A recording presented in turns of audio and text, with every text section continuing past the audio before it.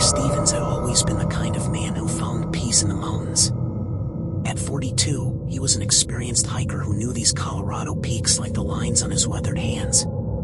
He'd been climbing these trails since he was a teenager, back when his father first taught him to read topographic maps and respect the wilderness. The mountains were his sanctuary, the place where the noise of his everyday life as an insurance adjuster faded into the whisper of wind through pine trees and the steady rhythm of his boots on stone. On that crisp October morning when he set out for what should have been a routine day hike, Mark carried with him the usual gear that had kept him safe through hundreds of previous adventures. His backpack held water, emergency supplies, a first aid kit, and most importantly, his GPS tracking device, a reliable unit he'd owned for 3 years and trusted completely. He'd programmed it to send regular location updates to his wife Sarah, a safety measure they'd agreed upon after a close call the previous spring when he'd twisted his ankle on a remote trail. Sarah Stevens watched the morning sun paint their kitchen walls golden as she prepared coffee and checked her phone for Mark's first location ping. It came through at 7:23 a.m., showing him exactly where she expected, at the trailhead of Bear Creek Trail, his favorite starting point for solo hikes. She smiled, knowing he was probably already feeling that familiar sense of freedom that only the mountains could give him. They'd been married for 15 years, and she'd learned to share him with the wilderness, understanding that these solo journeys weren't about escaping from her, but about finding the part of himself that daily life sometimes buried. The morning updates came through like clockwork. 8:15 a.m. showed Mark making good progress up the familiar switchbacks.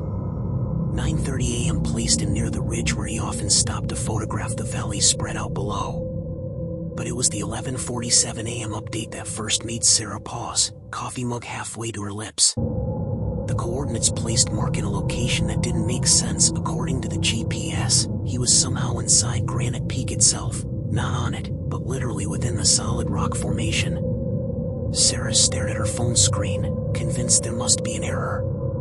She'd hiked with Mark enough times to know that particular area intimately. Granite Peak was exactly that, solid granite, with no caves or passages that could explain how anyone could be inside it. She refreshed the app, thinking it might be a glitch, but the coordinates remained the same.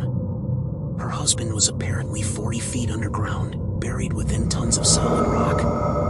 The next update, arriving at 12:33 p.m., sent a chill down Sarah's spine that had nothing to do with the autumn air drifting through their open windows. The GPS now showed Mark moving at an impossible speed, covering terrain that would take experienced hiker hours to traverse in just minutes. According to the device, he had somehow traveled 3 miles in less than an hour, crossing terrain that included a sheer cliff face and a section of forest so dense that even experienced climbers avoided it. By 2 p.m., when Mark should have been starting his descent back to the parking area, Sarah was on the phone with park rangers. Her voice trembled as she tried to explain the impossible readings she was seeing. The ranger on duty, a veteran named Tom Martinez who'd been coordinating search and rescue operations for over a decade, listened with growing concern. He'd seen GPS errors before, devices that showed hikers in lakes when they were on dry land, or coordinates that placed them miles from their actual location. But what Sarah was describing was different. The coordinates weren't just wrong, they were impossible. Tom pulled up the topographic maps on his computer as Sarah read him the latest coordinates. His weathered face grew pale as he cross-referenced the locations. According to the GPS, Mark Stevens was currently moving through the Dead Man's Canyon underground cave system, a series of passages that had been sealed off to the public for over 30 years after a geological survey determined them to be unstable and potentially deadly. More troubling still, the cave system didn't extend anywhere near where Mark's GPS claimed he was located. "Ma'am, I need you to stay calm," Tom said, though his own voice carried an edge of uncertainty he rarely displayed. "We're going to launch a search immediately. These readings, there has to be an explanation." But even as he spoke the words, Tom felt a familiar knot forming in his stomach, the same feeling he'd had during his worst rescues, when something felt fundamentally wrong about a situation from the very beginning. The search team assembled quickly. Rodriguez, the team's lead tracker, had worked with Tom for 8 years and had never seen him look quite so unsettled. Martinez briefed the 6-person team on the GPS anomalies, watching their faces shift from professional concern to genuine bewilderment as he described the impossible locations. Sarah provided them with detailed information about Mark's hiking habits, his gear, his experience level, and his planned route. She also continued to monitor the GPS updates, which were becoming increasingly erratic and disturbing. At 3:15 p.m., as the search team was making final equipment checks, Sarah's phone buzzed with another location update. This time, the coordinates placed Mark approximately 200 feet directly below the search team's current position, not in any known cave or canyon, but somehow beneath solid bedrock that geological surveys had confirmed extended down for hundreds of feet. Rodriguez checked his own GPS unit 3 times, convinced there must be some kind of interference or malfunction, but the readings remained consistent across multiple devices. The search began in earnest as afternoon shadows started lengthening across the mountain faces. The team split into pairs, covering different sections of Mark's probable route while maintaining radio contact. What they discovered over the next several hours challenged everything they thought they knew about search and rescue operations. Physical evidence of Mark's passage, boot prints, broken branches, even an energy bar wrapper they were certain belonged to him created a trail that bore no resemblance whatsoever to the locations his GPS was reporting. The boot prints told a story of a normal hiking experience. They showed Mark following established trails, pausing at scenic overlooks, even taking a brief detour to investigate what looked like wildlife tracks near a stream. But according to his GPS, during these same time periods, he was simultaneously traveling through solid rock formations, moving at superhuman speeds across impassable terrain, and descending into cave systems that didn't exist. As darkness began to fall, the GPS updates became even more bizarre. The device now showed Mark moving in patterns that defied not just geography, but basic physics. According to the coordinates, he was spiraling downward through the Earth itself, descending in perfect circles at depths that would place him well below any known cave systems in the region. The speed readings suggested he was falling, but falling through solid matter, continuing to transmit his location as he allegedly passed through layers of granite and limestone that had been undisturbed for millions of years. Rodriguez made the discovery at 9:23 p.m.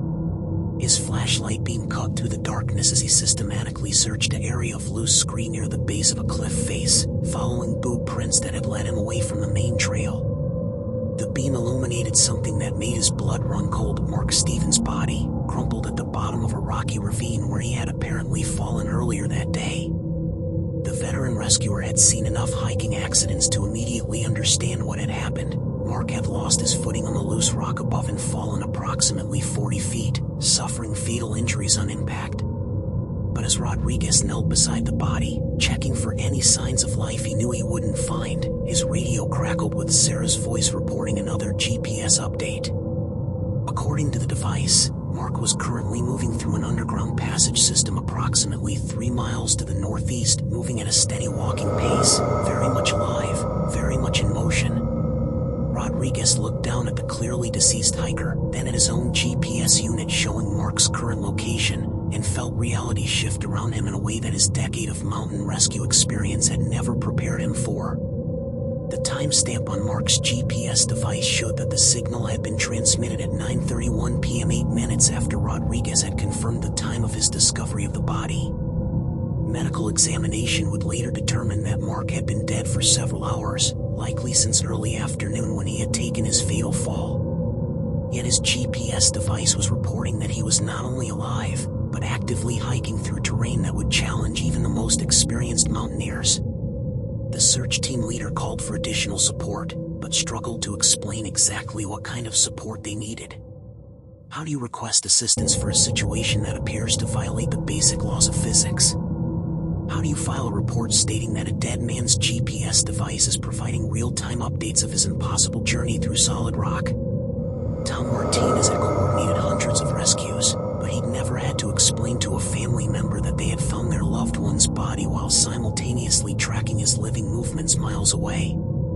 Sarah's phone continued to buzz throughout the long night as Mark's GPS device transmitted update after update. The coordinates showed him descending ever deeper into the earth, moving through geological formations that didn't exist, traveling at speeds that would be impossible for a living human, let alone a deceased one. The device's battery should have died hours ago, yet it continued transmitting with perfect signal strength, as if being powered by some unknown source deep underground. The investigation that followed challenged every assumption the search and rescue team had about technology, death, and the natural world. The GPS device was eventually located 4 days later, discovered by a rock climber in an area that would have required advanced technical climbing skills to reach, skills that Mark Stevens, despite his hiking experience, did not possess. The climber found the device wedged into a crevice on a cliff face that could only be accessed by helicopter or by climbers using specialized equipment.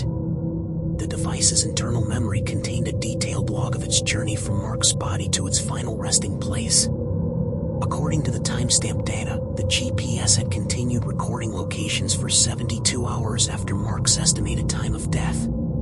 The path it described was geographically impossible, a route that would have required travel through solid rock, across vertical cliff faces, and through underground passages that no geological survey had ever documented. Technical experts examined the device extensively, searching for any malfunction that could explain the anomalous readings. They found none. The GPS unit was functioning perfectly, its internal components showing no signs of damage or interference. The satellite connections had remained strong throughout the impossible journey, and the coordinate calculations were mathematically accurate for the locations being reported. The problem was that those locations couldn't exist in the physical world as anyone understood it. The case file grew thick with expert testimony from geologists, electronics specialists, and search and rescue professionals, all trying to provide a rational explanation for the impossible sequence of events. Some suggested elaborate equipment malfunctions, others proposed theories about unusual magnetic fields or underground mineral deposits that could cause GPS errors. But none of these explanations could account for the device's journey from Mark's body to the cliff face where it was eventually found, or for the fact that it had continued transmitting for days after any reasonable battery life should have expired. Sarah Stevens was left with questions that no amount of investigation could answer. The GPS device that had been meant to keep her husband safe had instead documented an impossible journey that began with his death and ended in a location he could never have reached in life. She kept the device, despite the pain it caused her to look at it, because it represented the only record of Mark's final days, even if that record described events that couldn't have happened in any world she understood. The mountain community that had known Mark Stevens as an experienced and careful hiker struggled to make sense of his fate. The physical evidence was clear. He had died in a tragic but unremarkable hiking accident, the kind of fall that claimed the lives of several outdoor enthusiasts each year in the Colorado mountains. But the GPS data suggested something far more mysterious and unsettling, that death itself might not be the end of the journey, and that some part of Mark had continued traveling through landscapes that existed beyond the boundaries of the world the living could comprehend.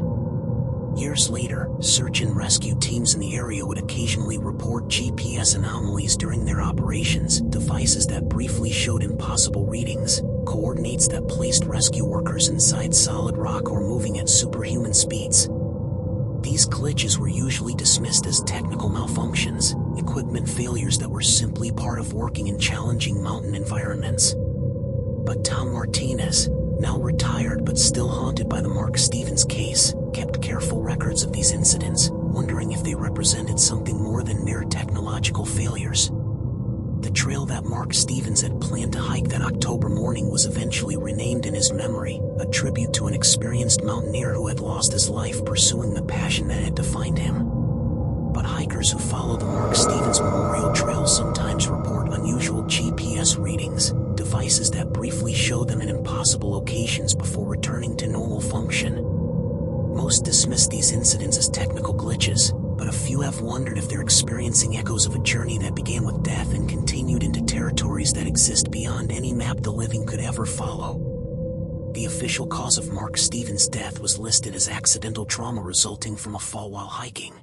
But his GPS device tells a different story, one of impossible journeys through landscapes that shouldn't exist, of continued movement after death, and of signals transmitted from places that exist somewhere beyond the boundaries of the world we think we understand.